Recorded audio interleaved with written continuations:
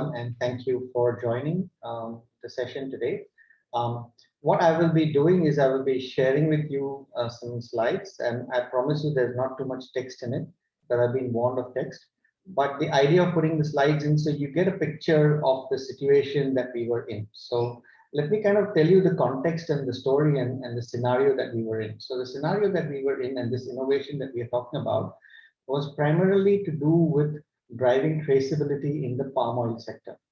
So while I could easily have made this whole thing into a technology presentation, because that's what I normally do, I thought it's very important for us to get an understanding that it's not about the technology, particularly when you're dealing with ecosystems in the remote forests of Indonesia, where this innovation took place. It's a lot about what you do on the ground there and the challenges that you face as you're trying to drive a kind of a noble concept called traceability, and you're trying to drive the noble concept of sustainable farming. So in this journey, what I will be doing is I will be sharing with you some of my experiences.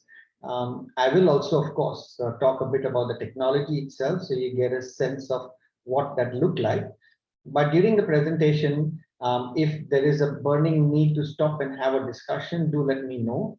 I will stop my screen share and we can have a chat and a discussion. So absolutely, it all depends on how at this particular point of time you find the session and what kind of questions and conversations you have. So that's really what I was wanting to say at the beginning of my session. When I'm going to be sharing my screen, I'll be switching off my video, but as soon as we have a discussion, I can switch that on and then we can have a chat and conversation as we go along. And maybe without further ado, let me share my screen and let me know whether you can see it and we can get started. So I'm starting my screen share now and here. And yes, sir, we can see my screen. Yes, we can.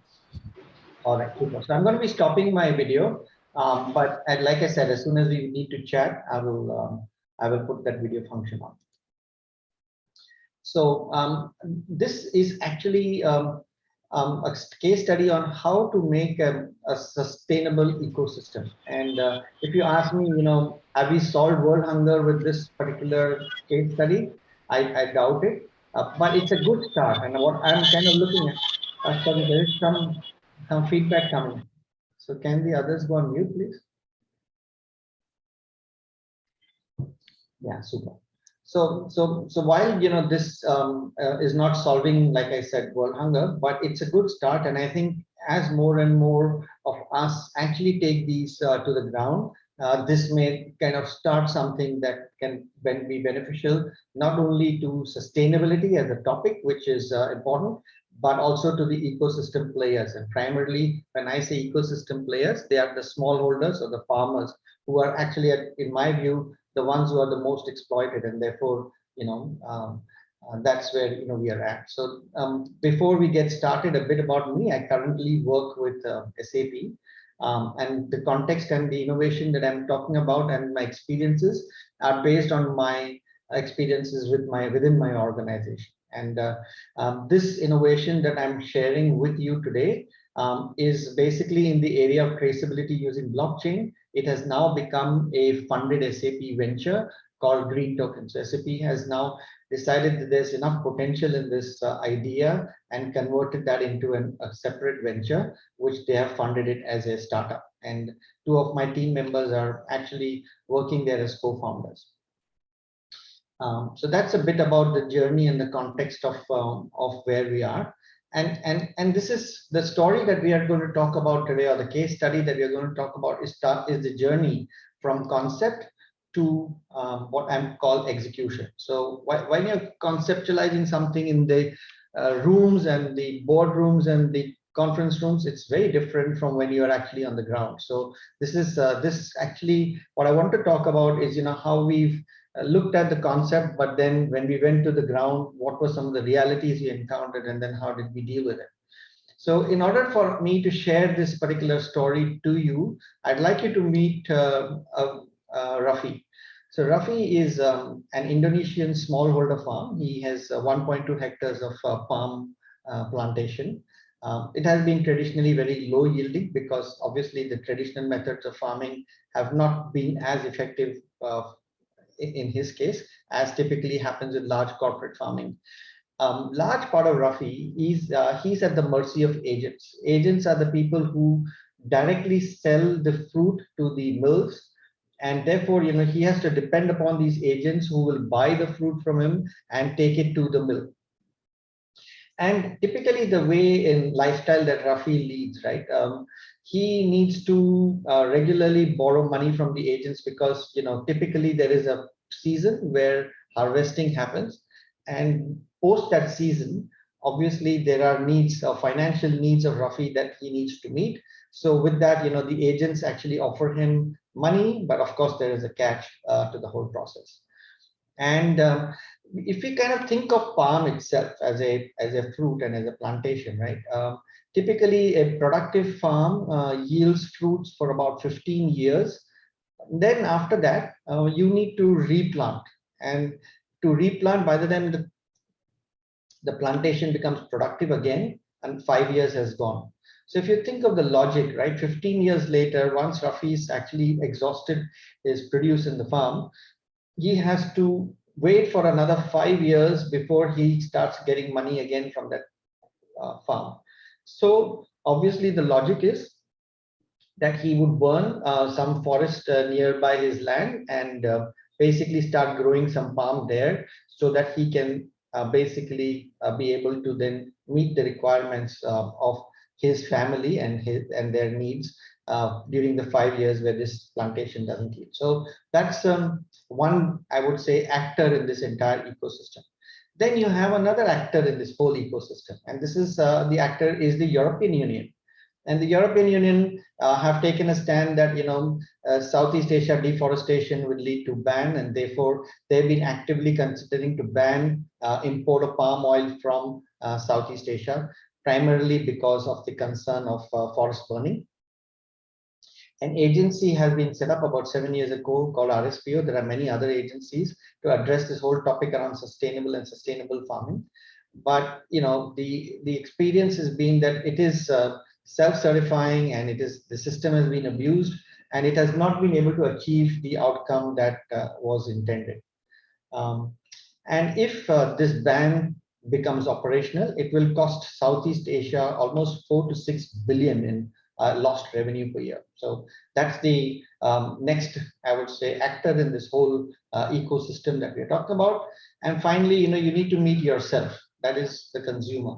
So, consumer products, particularly the use of palm oil, it's such a versatile product. There's been a massive increase from 15 million metric tons to almost 61 million metric tons in 20 years. And obviously, this is then has to come from somewhere. Somebody has to grow it. Therefore, it has to be done through deforestation. And you can find the palm oil is such a versatile product. You can find it in makeup, you can find it in dog food, in ice cream, in biodiesel.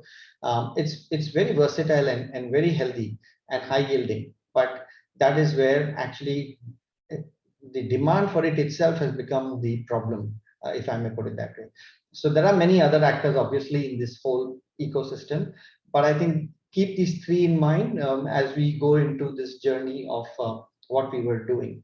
So what are the challenge then for us, or the design challenge as I typically call it? It's, given the fact that we need to have traceable sources of palm oil supply, the question we asked ourselves is, how might we help all the different people to benefit from this supply chain?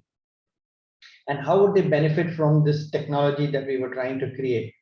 And the idea was to basically make them continue to adopt and use the system in a way that was beneficial to each of the players in the ecosystem. And therefore, because we felt that if we could benefit each of the actors in this whole system, you would then be able to create a sustainable value to do. So what are some of the key steps and this is purely from a design and project perspective. So key step was first, we went through a traditional phase of discovery. Discovery was actually going into the fields to get a sense of what the ecosystem was. Then we went into a phase of, okay, this is what we've discovered. What do we need to do next, and how do we take it forward? And typically, then we came into what we need to develop, and then we created the product, and then we said, okay, now we need to test it. So these are the broad steps I would be talking about and the challenges that were associated in the way. So to kind of give you a sense of, what exactly are we talking about when we talk about the technology? Of course, like I said, the intent is not only about the technology, but so that you get a picture. When we talk about traceability, what exactly are we talking about? So when we talk about traceability or traceability using a solution like blockchain, what we are looking at is that for every bar of chocolate that you consume, you're able to scan and look back and find out whether the palm fruit that you had actually, or based on which this palm oil was supplied, and based on which this was a critical ingredient in your chocolate, you're able to get a sense of whether this was sourced from a sustainable source. So that is the whole idea behind this whole discovery process that we have. And the whole idea of using technologies like blockchain is essentially to keep the integrity of the traceability. So that's the whole purpose of that. So this allows then what we call end-to-end traceability. So that was the goal by which we started this project or started thinking about the project. What that means is that, palm oil, if you think of it as a product, it changes shape in multiple ways. So if you think of the first point, it is the fruit itself. And then when you think about the fruit, you say the fruit gets crushed, it becomes into oil, the oil gets processed, it gets further refined, it gets split into multiple products, and then from each of the products, different solutions come out. So the key challenge is how do we maintain the integrity of that traceability? And therefore, using the solution like blockchain was what we looked at, and we actually put it together. But like I said, that's not the main point of the story. It's just so that you get an idea of what we were trying to achieve now with this piece of work. So now I will walk you a bit through the assessment itself. So what we did is we, of course, as you can see from the picture, went into the forests and the palm oil plantations. And basically what I want to kind of give you a sense of is if you think of the room that we were in, this complexity was very different from what we had imagined. Then, of course, we had to make sure that in this ecosystem, in this kind of scenario, the idea is feasible. The business model itself is feasible. And of course, as you can well imagine, there are a lot of change management challenges associated with the product. So kind of when you think of what the complexities is, the first one I would like to talk about a bit is the change management. So as you can see, what we had to do was sit with the village leaders, with the farmers. Basically, goal was to try and understand what are some of the challenges that they are facing. Why do we need to understand the challenges? Because if we have to create a solution that would ultimately get the farmers motivated to use it, they must get a sense of benefit from that whole piece. So we had to go and obviously interview all the actors in the ecosystem. So we interviewed the ramp owner. So for those of you who are not familiar with the ecosystem there, a ramp owner is somebody who owns a weighbridge, and the farmers then come to him with their fruit, and they are actually then weighed there, and then it's sent to the mill. Then the other actor in this whole player, in addition to the farmer, is the agent themselves, because they are a very critical piece in this pie. So anything that you do, and if they feel a sense of threat, they will then blackmail the farmers and they will push the farmers out of the ecosystem. So we had to understand what was it that the agents would look for and how would they be benefited. Then the other complexity we had was the on-site plantation itself. So when you think of the plantation by itself,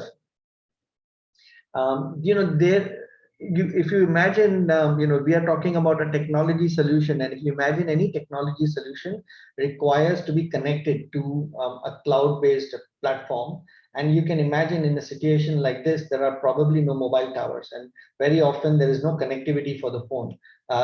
Even to make a phone call, right? So this is a fairly remote area, and how do you get technology to function in this remote area and transfer information from one data point to another data point? So that was obviously another big challenge. And then of course the mill itself, because it's very important for us to get the buy-in of the mill, because if you imagine the mill is buying palm fruit from multiple farmers, and the more transparent you make the system, the more vulnerable the mill gets, because then the mill starts being tagged as a non-sustainable sourcer if, for example, they're not able to show traceability for the palm oil at that particular point. So that's another complexity that you have. And then finally, we had the we had to also kind of look at in the context of the field, when we talk about traceability, what are those, how can we define a sustainable pickup? Sustainable pickup means, has this fruit that was picked up in the truck been picked up from a sustainable source? So those are all, I would say, the challenges in the field. And then the second big challenge we had is the business model feasibility itself. So, how do we make this a model in a way that would result in, benefits to the farmer, benefits to the people like you as a consumer, the benefits to all the main actors in the field. So we kind of looked at all the business model ideas of the past and said, can we pick up some ideas from other organizations and see how we can apply it to this ecosystem and see how that can be built. So for those of you who are not familiar with this concept, there is a concept called business model patterns. So all new innovation, if you think of, the assumption is that the ideas are really big and new. But not all innovation. In fact, 90% of the innovations that you see today are all in the result of past business model pattern. That means past business model ideas that were successful. The difference that it makes in any new innovation is you combine these business ideas in a unique way, and that unique combination of business ideas makes a sustainable business model. So for those of you who are not familiar with this concept, here is a short video on what business model pattern. Tom has transformed the navigation business, or eBay has changed the world of trade. Yet only 10% of these business model innovations were novel and introduced new business model patterns. The other 90% merely adapted, refined, or combined these patterns. For instance, innovative companies often apply creative imitation. They ask themselves, how could a business model innovation from another industry revolutionize our own industry? In total, we have identified 55 business model patterns that are responsible for all business model innovations. For example, flat rate, supermarket, rent instead of buy, experience selling, e-commerce, or the razor and... Let's have a look at this one. Since 1904, Gillette has been giving away razors for next to nothing, but selling its blades at obscenely high prices. Nespresso creatively imitated this pattern, selling cheap coffee machines and expensive coffee, and revolutionized the coffee industry. And many other companies applied the razor and blade pattern too. Remember Apple's iTunes, Amazon's Kindle, or Hewlett-Packard's inkjet printers? Now, what do you have to do to innovate your... So these are what we call business model patterns, or patterns where other organizations have become successful, and we then looked at how we can apply these. So what you see here is a box of different patterns that we looked at to make our business model feasibility. So the first one that we typically used was rewarding the info giver.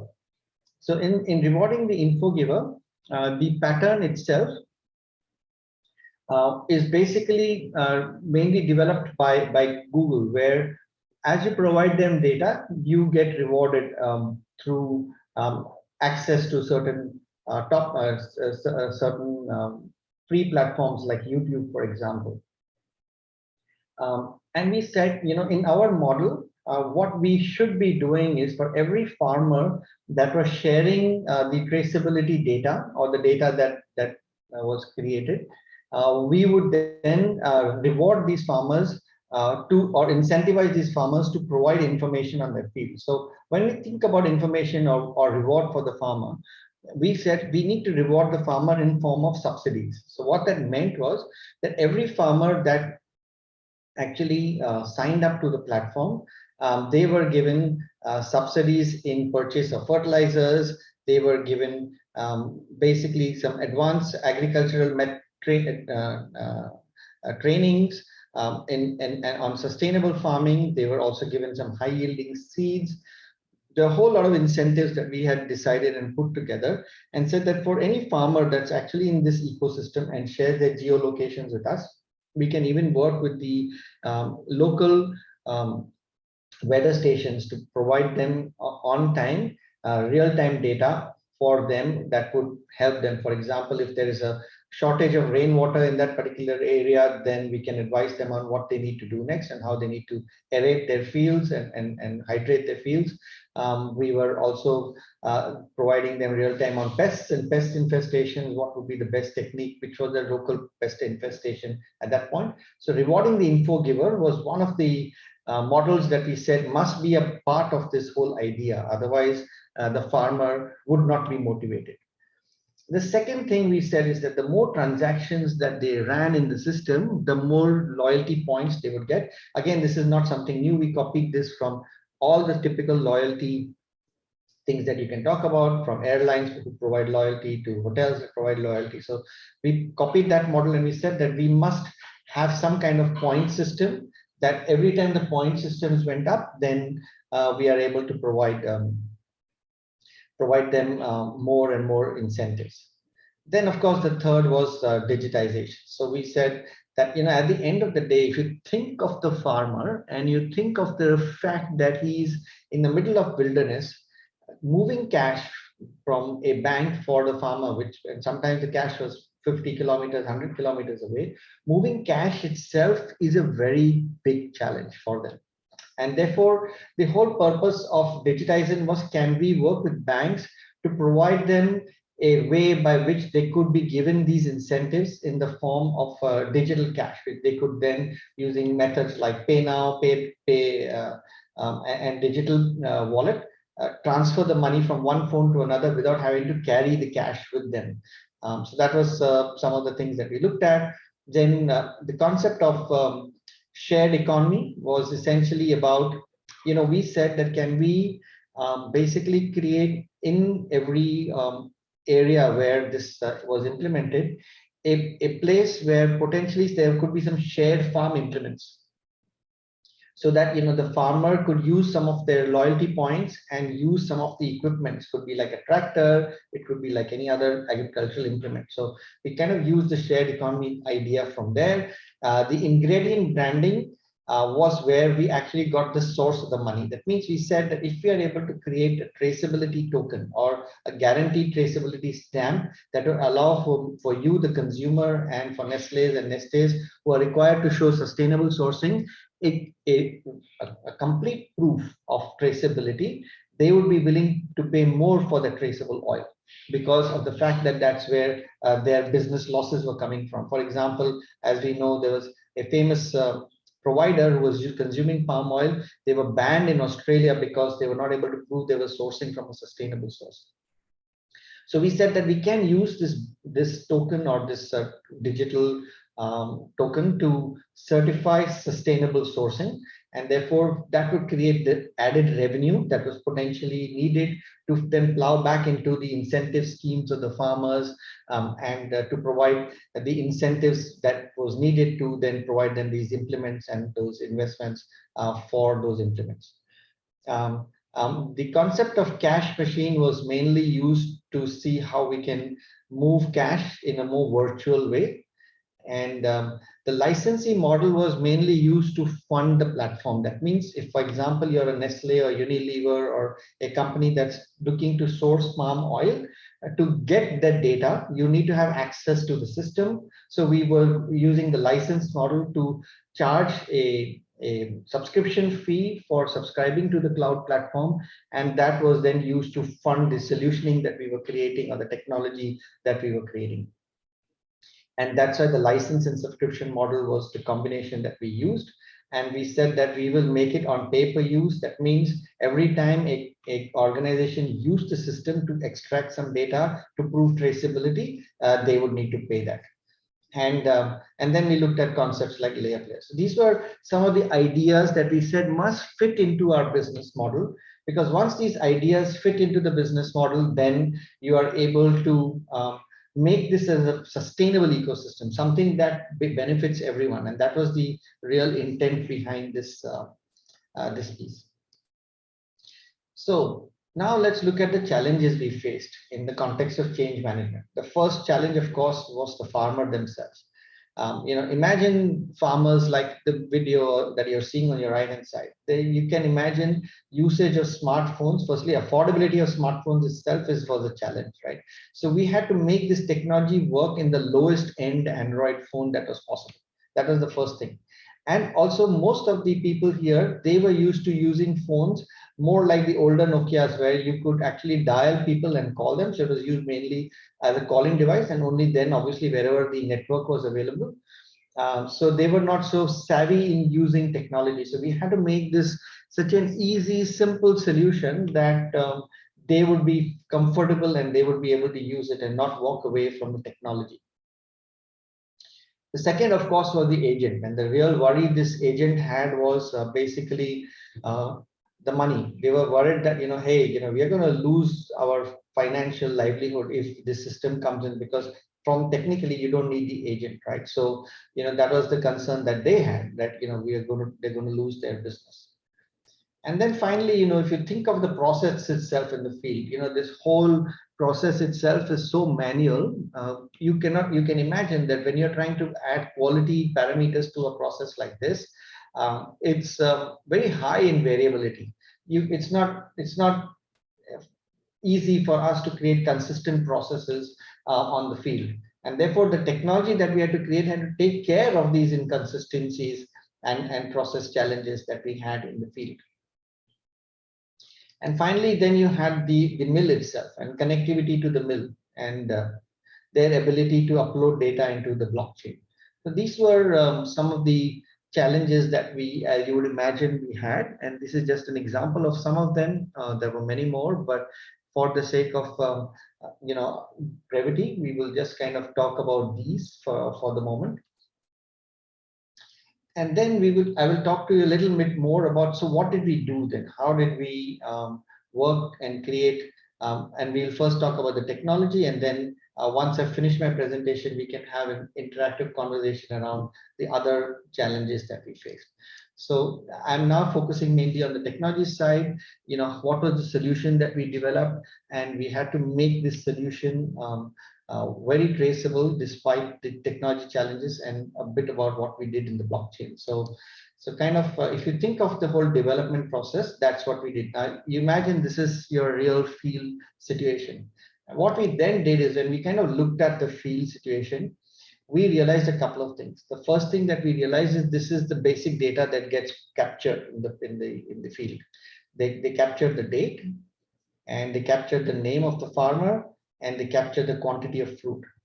And we were wanting to look at what would be the benchmark and the metric of how we can do a traceable point. So you need to geolock a traceable point. So if you see on the left hand side, there is a T bar of wood on the left side. This T bar is typically where they fix the weighing scale to weigh it in a very crude manner, if I may put it that way, in the farm. And then this weight is then taken as 1,520 kg. So we took these T bars as geolocations to tell us that these were the pickup points. And therefore, the idea of the solution was to basically use a geolock or geotracing to determine where this fruit was picked up from, because we knew that they had to be picked up from the weighing points, because otherwise there's no way you could weigh the fruit and pick it up. So typically, and like I said, the solution had to kind of mirror something very simple to what you see as a document that is written here. So if you see what we did from a pure technology point of view, we made it very simple. We just said, first thing we need to do is we need to preload who the person is. And then we put a lot of graphics into the screen so that they can just take a picture. Then now you can see the data entry that we said, we will make it again very simple. Whoever is the farmer, his name was preloaded. And based on the farmer, all they had to enter was the quantity of fruit that was picked up.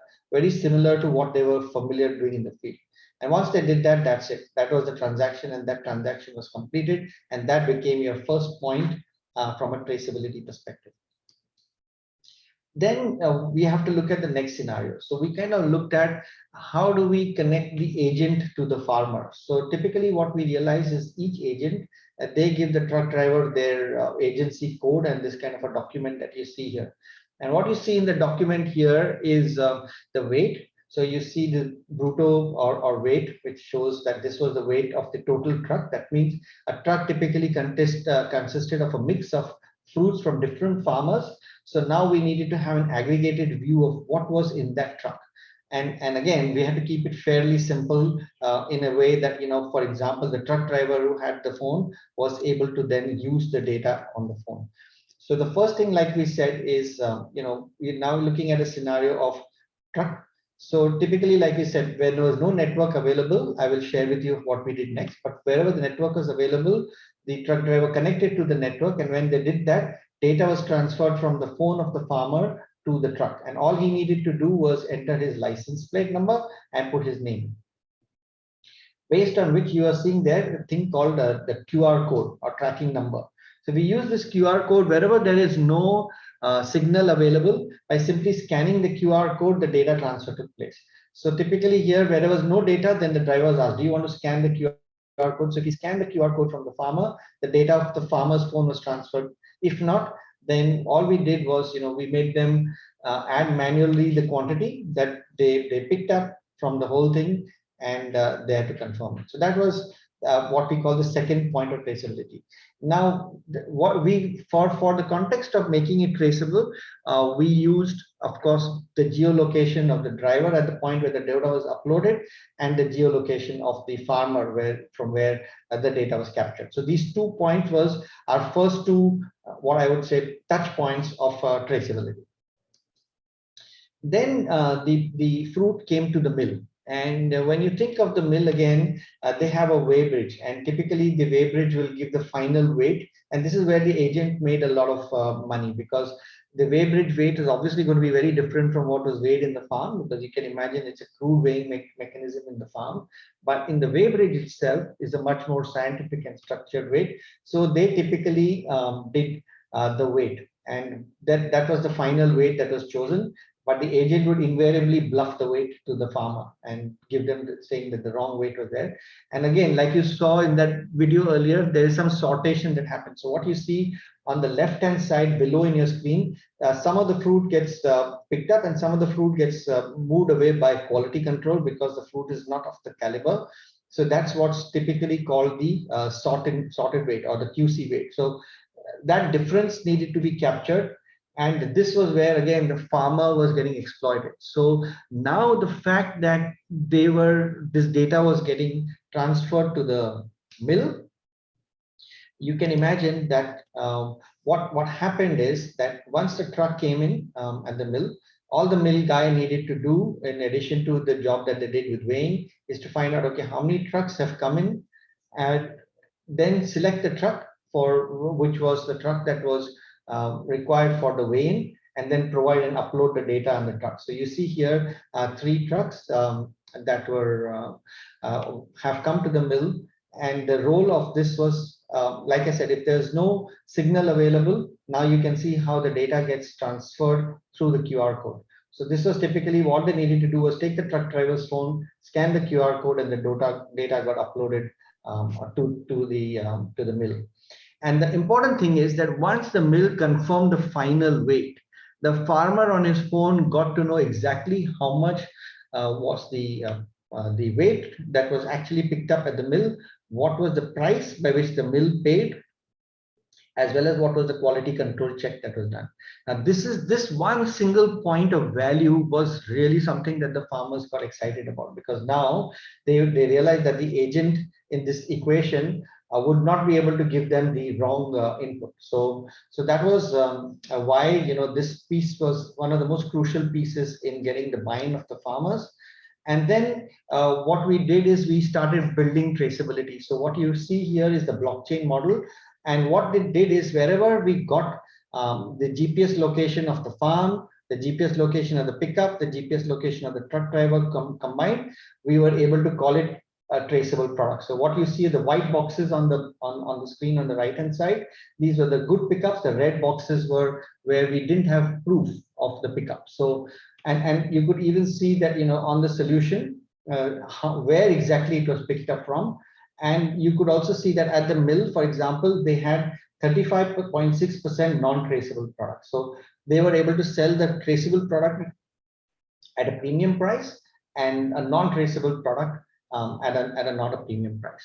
So that's how we achieve the end-to-end traceability in terms of this piece. So the question then comes as to, so how does this all contribute in terms of value to the farmer? And how did it all contribute in terms of value to the smallholder? So I'll just leave you with Putra is a sustainability officer at one of the largest palm oil companies in Indonesia. He worries how the EU import directive on Southeast Asian palm oil will affect people's livelihood and wonders how to ensure sustainable farming. He gets an idea and dials Faye, his buyer for a global FMCG brand. Putra and Faye gathered peers, partners, and customers to form Sustain to enable palm oil's traceability and sustainability. They set out to listen to people's stories to ensure Sustain would benefit them. Addy, the agent, wishes to get good prices from his fruits. At the mill, he gets stuck in a long queue. The fruits degrade and he gets a lower price than others. Farah, the farmer, worries as her yield has gone down. Fertilizers are so expensive. She gets a low price from Addy due to lower fruit grade. Payment is even delayed. She feels cheated as she receives a better price from another agent for the same harvest. Muhammad, the mill manager, needs to reduce supplier waiting time to get consistent fruit grade and better oil extraction rate. He finds it challenging to plan and balance capacity utilization with sustainability goals. Having listened to these stories, the Sustain team develops a platform taking into account people's needs. Gradually, it changes the way things work on the ground. As Adi picks up Farah's fruit, he receives traceable tokens. This is the beginning of the secure blockchain tracking process. The information is stored in the cloud. Priority queue at mills makes Addy more efficient. He gets a fair price from FFB with photo evidence of grade. No more paperwork. Farah is happier. Her income and cash flow improve with better price transparency, group buying, and quicker payments. Training and financing options improve her yield and future planning. Farah's fruits join thousands of others at the mill, where Muhammad can easily look at how much she's produced, what grade it was, and how much is fair trade. Enabled by SAP's blockchain and cloud platform, he easily responds to the NGOs and buyers. With better supply visibility, FFB grade is better, improving OER. Biogas plants collect all his effluent, reducing pollution. As more and more people use the platform, Putra and Faye achieve better supply chain strength and reduce risk with accurate and dynamic data, on-demand reports, and auto alerts highlighting discrepancies. Faye's volume planning improves, easily tracking supplier initiatives and actions. Eventually, Sustain restores palm oil's credibility while uplifting lives, transforming the industry. It is more than just a traceability solution. It's a transparency tool that rewards information givers and provides benefits and services to all the people across the value chain. Sustain, co-innovating with SAP. all right, super. So that's all what I needed to share with you in the context of what we did. And I thought the next set of our time should be, we can discuss and answer some of the questions or some of the doubts that you have, and I'm happy to get into a conversation on that. If anyone wants any questions, any thoughts?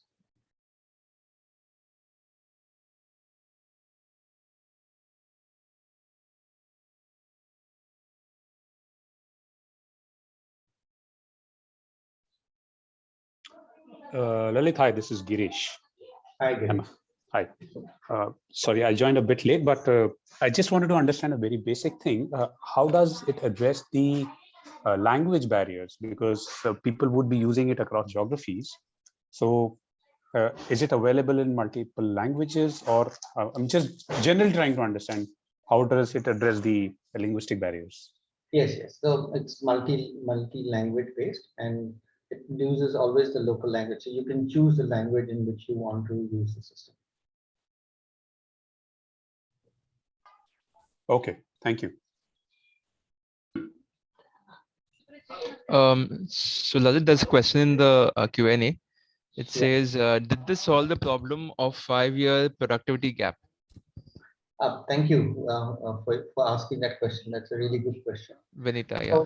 So Vinita, what we did actually, and that's the real value of the conversation that we had.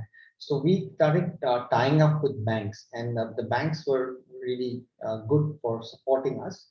And if you remember, what we said is that there is an additional differential price that the buyers like Unilever and all were willing to pay if they bought a sustainable product. So the value differential that came from buying non-traceable versus a traceable product, part of that would, like we said, plow back into the farmer.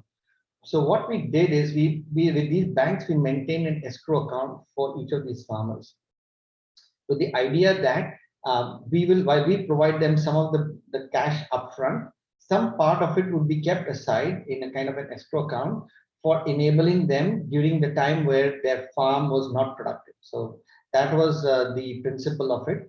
Added to that, what we also did is we also provided them with some advanced agricultural palm oil products that would allow for what they typically call growing a tree between the trees that they had. So this was a palm that kind of didn't grow very tall. It grew a little shorter, but what it did is because you were able to grow it in between what you currently had, while in parallel you're achieving yield from the existing fruit, these high yielding palm would then be made available to you 5 years later when they were maturing. So we kind of took care of it in both these two ways.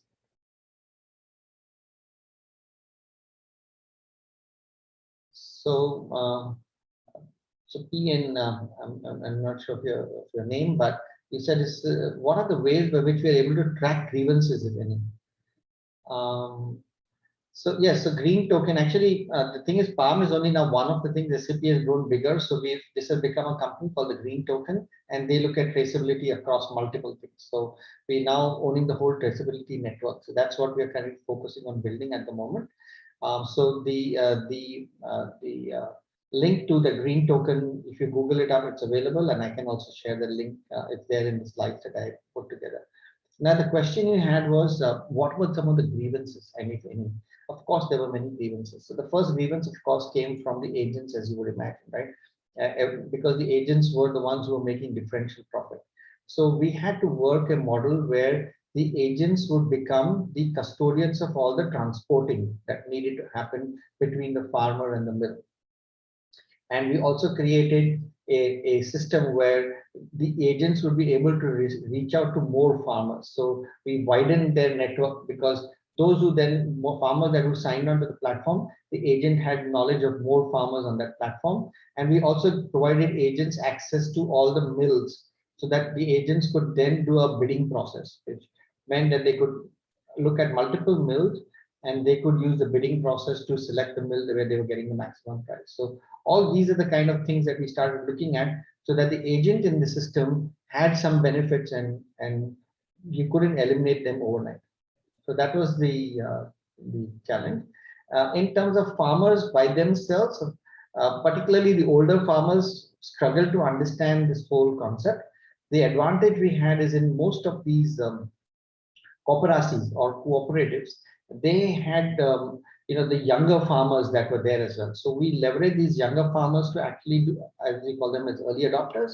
And obviously, when people started seeing that they were kind of making a little fair bit of money better, slowly people started coming to them. And in each cooperative maintain an account. So there was a bunch of people who were basically data entry people who used to do data entry on Excel and maintain accounts for the cooperative. So we trained them as the first point of people who could train the farmers on the use of the solution. So by actually working with this as a super user, as we call it, many of the farmers also started getting to use or familiar with the system itself.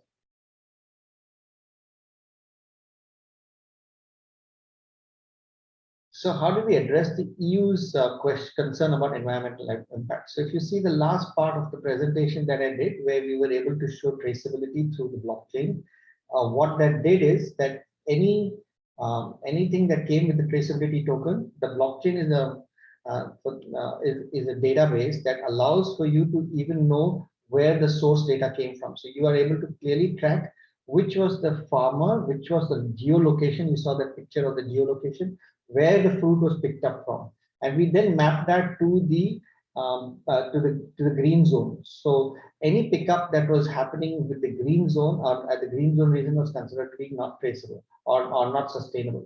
So that was where the EU was now able to find a better way to trace it. Just to be very clear, this is not something that's widely spread yet. It's early days. We are still working on this project, but the people or the actors in this whole system are convinced that from a traceability point of view, this solution works. Adoption is going to take a long, long time.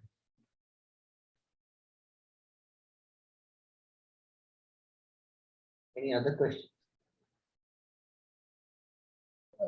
Yeah, there's a question. How did you address EU's concern about environmental impact? If you have a question, you can even directly unmute and talk. Yes.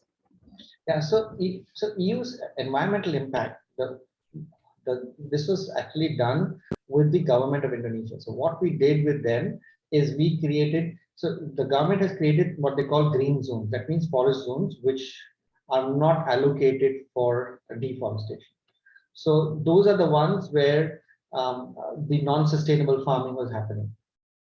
So once this geolocation was done and once the green zones was identified by the government, for every farmer that is uploading the data on their farm, you have to upload this certificate given by the Indonesian government that this is a certified farm. So it had the geo coordinates, it had the details of acreage, it had the shape, that means the shape of the farm, and it had the yield of the farm. So that data was all there where each of these farmers are then maintaining that certificate. So that certificate has been uploaded into the data.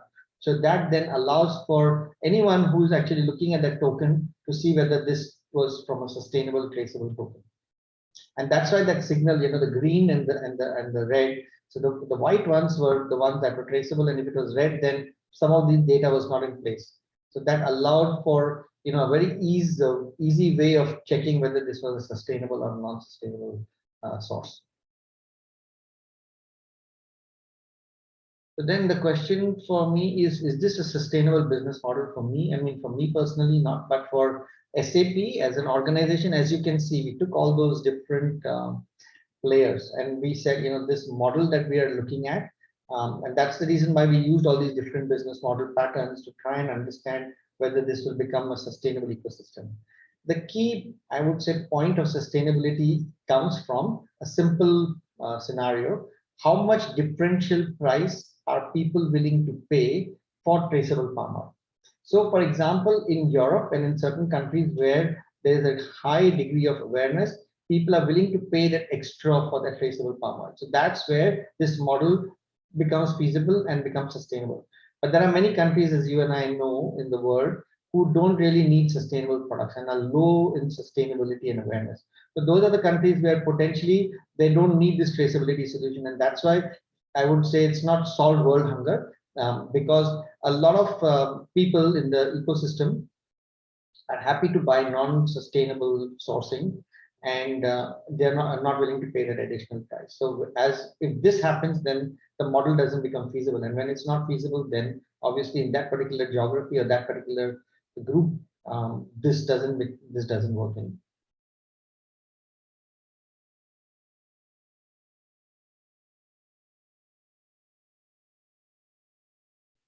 Any other questions? So Rajesh, you wanted to ask a question? Yes. Now, as you mentioned about the cost and sustainability about this solution for SAP, I want to ask you whether you have this as a managed service or a managed solution where each person in the ecosystem will have an option to try it out for a few months or years, or he will share a much lower price, or cost of this for using the solution, rather than having this solution as a somebody who's investing and implementing the solution. Yeah, so there are two parts of the solution, just for the context. The first one is the mobile solution that I was sharing in my case study. The second is the network. Network is basically the traceability network. So irrespective of your solution, the traceability network is something that will hold the entire end-to-end traceability. So what SAP has done as we move forward is we realize that we cannot get into the micromanagement of these solutions. So we've kind of built the platform on the traceability network. So for example, today it's not only palm oil, this network, you can do traceability for plastics, you could do traceability for sustainable mining, you can do traceability for any other product where it's mixable and the product gets mixed. So what we've done from SAP is we've pivoted from the solution that I shared and moved to the network. A lot of people on the ground, a lot of entrepreneurs in Indonesia, even MIT have come up with the mobile-based solution that we shared. And we are saying that irrespective of where you get that, which technology you use, our network will be technology agnostic, and we will build the connectors to any platform that allows this data to be transferred from a traceability perspective. So that's the way we've kind of gone about it. In the first phase, we of course had to distribute a lot of these phones at almost zero price to the farmers to get that initial adoption going. The whole model was supposed to be an investment-based model. That means when you look at Sustain as a group or consortium, in the last frame of the film, I cut it pretty soon. But this whole Sustain consortium, they actually raised funds through the various funding bodies, including the government of Indonesia through UN, to get that initial wave going, an initial plan going. So that's where a lot of these subsidies came in from in the beginning, and of course SAP put in funding in terms of investing in building the solution itself. So all of us collectively contributed in building that. So all the members of Sustain that initially signed up, they had to pay a membership fee. That membership fee was a substantial amount that went towards funding these subsidies to the farmers. So that's how the initial adoption started. Okay, thanks. Just to extend my question, I would give an example that suppose I am a buyer or I am a large supermarket group in UAE, and I would like to have my fruits being traced from the farm to all my stores.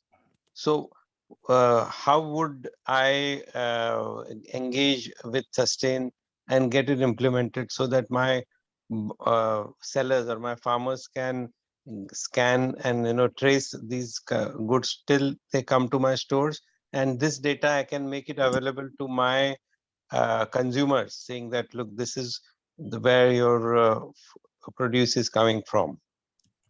So typically for us, at least the way we looked at the ecosystem, the role of the wholesaler or the store, like you talked about, the grocery store or the large stores like Woolworth and things like that, they have no part to play in the funding of this whole initiative. The people who actually needed the traceability data were companies like Unilever and Nestle. The role that these stores played was refusing to accept from, for example, a Nestle product unless they were able to show traceability on each of their bars of chocolate that they put positioned at the store. So we had in Australia, for example, a scenario where one of the big chains, supermarket chains, they refused to source product from one of the large product suppliers like these. And I'm avoiding names here, as you can imagine, because it's not my need to comment on people, but they avoided that. They lost a huge amount of business because they were not able to show sustainable sourcing. So the payers in the system, if I may put it this way, are the people who are manufacturing the beauty products, the people who are manufacturing the biodiesels, the people who are manufacturing the chocolates, people who are manufacturing the ice cream.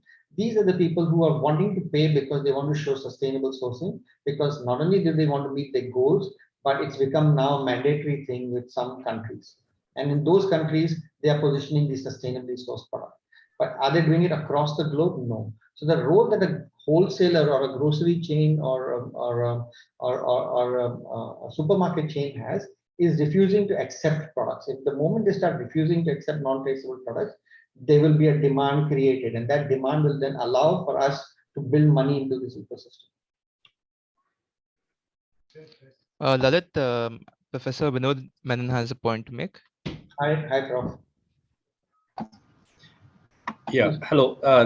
Lalit, actually, this is an extremely interesting case study. And I was just thinking that, in Indonesia, the work also has a lot of other implications from the point of view of SDGs, from the point of view of ecosystem restoration, and also in terms of disaster risk reduction and all that. But there has been some issues about palm oil being, not really eco-friendly. How do you address that concern? So you're right in the sense that there is a view that palm oil consumes too much of natural water, and the techniques that they use are non-sustainable. But the challenge we have, Prof. Menon, is that most of our products today, palm oil being such a product, it's being consumed in a very large way. So every ice cream, for example, has some amount of palm oil. The beauty products that we manufacture need that palm oil. Until an active substitute is found, my sense is that demand for palm oil will not go. But what we have been doing, and that's the conversations we've been having with at least the NGOs and all the people whom we met on the ground, they are working towards new hybrid versions of the palm, where the yields are higher, the consumption of water is lower, and they're bearing fruit much earlier, and they are much more sustainable. So there is a model that is currently being thought of, and I'm not an expert, so please, I'm a technology guy, so please don't take my word as the final truth. But what I understand they started doing is they call it creating mixed farming. So mixed farming means it's a mix of palm oil, mix of certain other different vegetables and fruits that they are growing. And apparently that mix makes it a little better in terms of managing the ecosystem. But these are the things I've heard of. There may be other things that I'm not aware of. Okay, and I also want to compliment you and SAP for the use of blockchain to look at some of these, value chain extensions. And I think if you can look at this as something where there is a potential for using AI algorithms, IoT, machine learning, and big data analytics and various other things, I think this will actually be very inspirational for a lot of startups, IT startups, also to really sort of plug in and then learn from your experience. Thank you. Yes, absolutely, absolutely. Great idea. Hi, Girish. Hi, Lalit. This is Girish again. And just building on to what Professor Vinod mentioned, because I'm in touch with a couple of startups who have either ventured into the logistics space, and they've been working with farmers, helping them aggregate the logistics.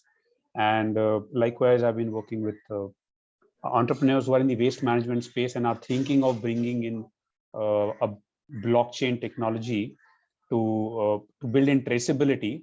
And because a lot of companies are expected to cater to the EPR requirements, and hence to make the entire to bring in the entire angle of sustainability and circular economy. So these were two live examples that I've been working, and I'll be glad if you could share your thoughts as to how this initiative of SAP could be of help to at least these two cases which I am off, and then offline definitely I'll reach out to you and look at building onto these discussions. So the first mile solution, the solution that I shared, that exists with SAP, but there are many other players. So if there's a price sensitivity issue, there are many other similar products that are available, and you could definitely use it. Where I think SAP's real value comes is in the network itself. So that network, like we said, if there's an adoption or if you're really looking to drive it, I can get the green token, the team that's now currently working on that network, to get in touch with you, and they can actually work on how to build that, provide you that connectivity to the network that brings that end-to-end traceability that we talked about. Yeah, I think the more focus is getting the blockchain part of it in the that part is what SAP will definitely support and put together as far as green token is concerned. That was the first startup that SAP funded. Super, Lalit. I will reach out to you offline. Sure. Thank you. Vanita has a question. Vanita, you may go ahead. Next, we'll go to Kushag then. Yes, Vanita. Vanita, you can unmute and ask your question. just wanted, and please excuse if there's any background noise, but I just want to ask, would you, would you share this, technology, if you will, with others, or is this going to be, how do you call it,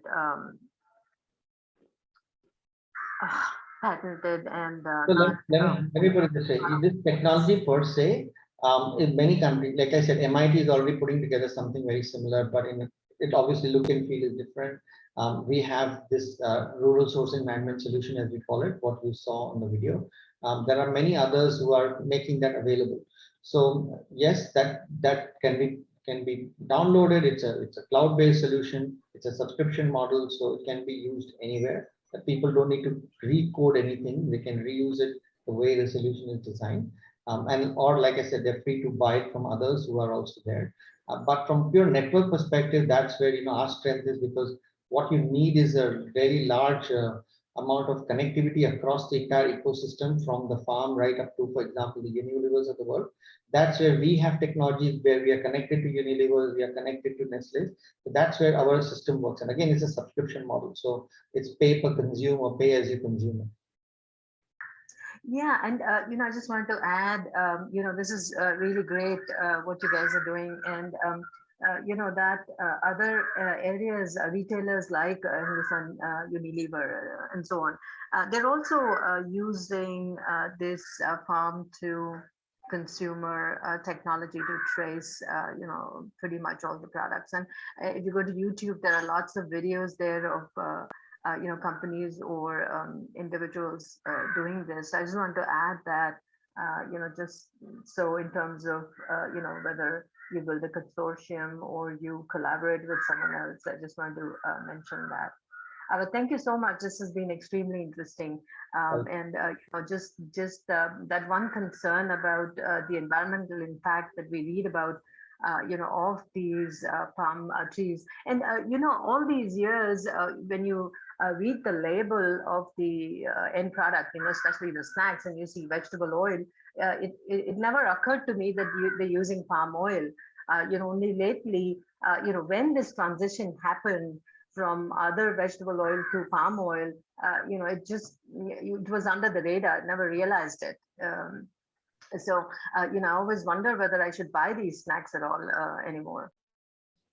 Yes, as an aware consumer, awareness is always drives the market, I see. Thank you very much. Okay. Yeah, Kushagra, you would like to ask your question?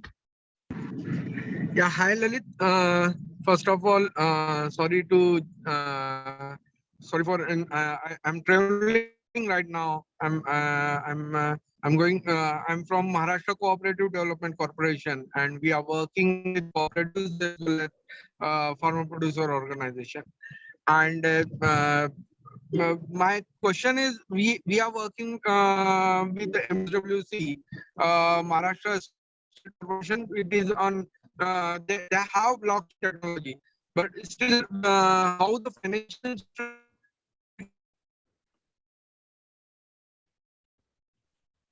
Sorry, Kushagra, we lost your voice. I'm not able to hear you. Kushagra, you can maybe Yes. put your question in the chat box if a network is issue.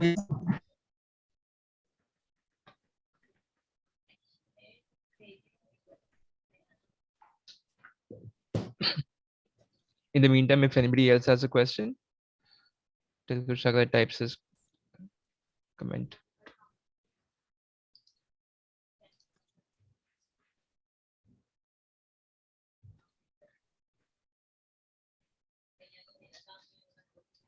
Okay.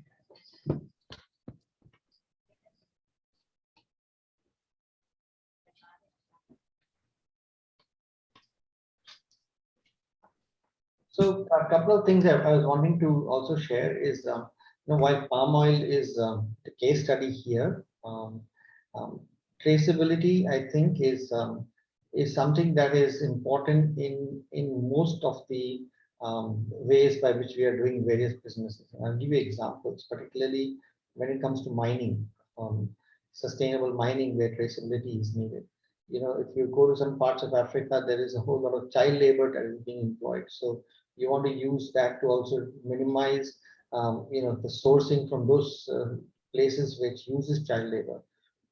You can also use this for driving other topics like tuna fishing, for example, where the tuna itself is, was it caught in sustainable waters, and was it done through the practice of sustainable fishing. So when we talk about traceability and transparency, I think from a pure sustainability point of view, technology can help to a certain degree, yes. But a large part of it is, again, depending upon the awareness of each of us as consumers and how much we are willing to uh, fund this initiative. When we talk about fund, means pay that little extra for a certain amount of traceability in the product. Hold the players of the ecosystem accountable to sustainable practices. I think once that awareness, and the good thing is it's growing, once that kind of awareness comes in and that kind of drive comes in, I think the practices of sustainability will get funding. There will be ultimately, commerce is driven through money. So if that flow happens, then you will find more and more of these things coming and getting built up. So that's my 2 cents in this whole thing.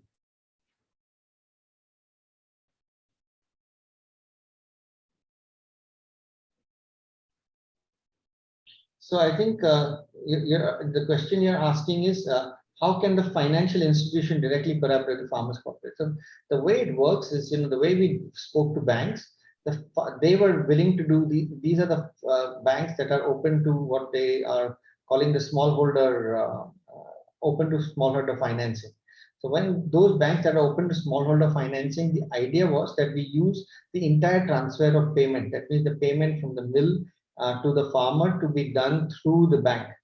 And that is how then this whole piece happens.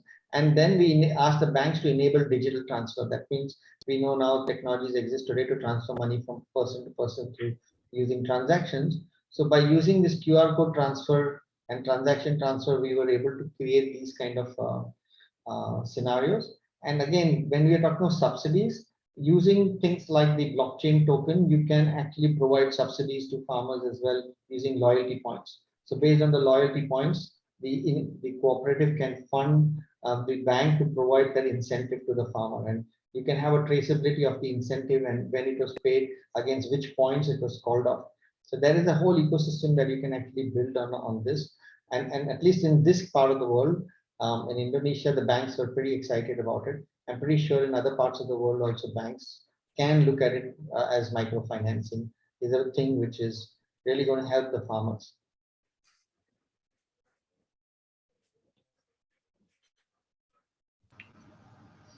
Yeah, Lalit, this is Vinod Menon again. I just wanted to mention that there is a startup company called Mistio, which is actually a startup IT company in Kerala, which is actually using climate tokens for catastrophic risk insurance. And then they also have been working with various state disaster management authorities, and also in countries where this is actually a problem which needs to be addressed, and climate change is actually becoming very important because of the hydrometeorological disasters. Thank you. Yeah. Great. Thanks. All right, so if there are no more questions, should we end the session here? Any further questions?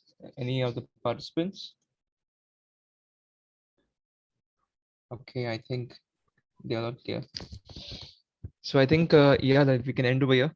Thanks for that lovely session. I think all the participants have got some really good insights from your challenges you shared and how you overcome them, and your actual ground field work, how you implemented it on the ground. So yeah, thanks a lot. And thanks for all the participants too for participating in this discussion.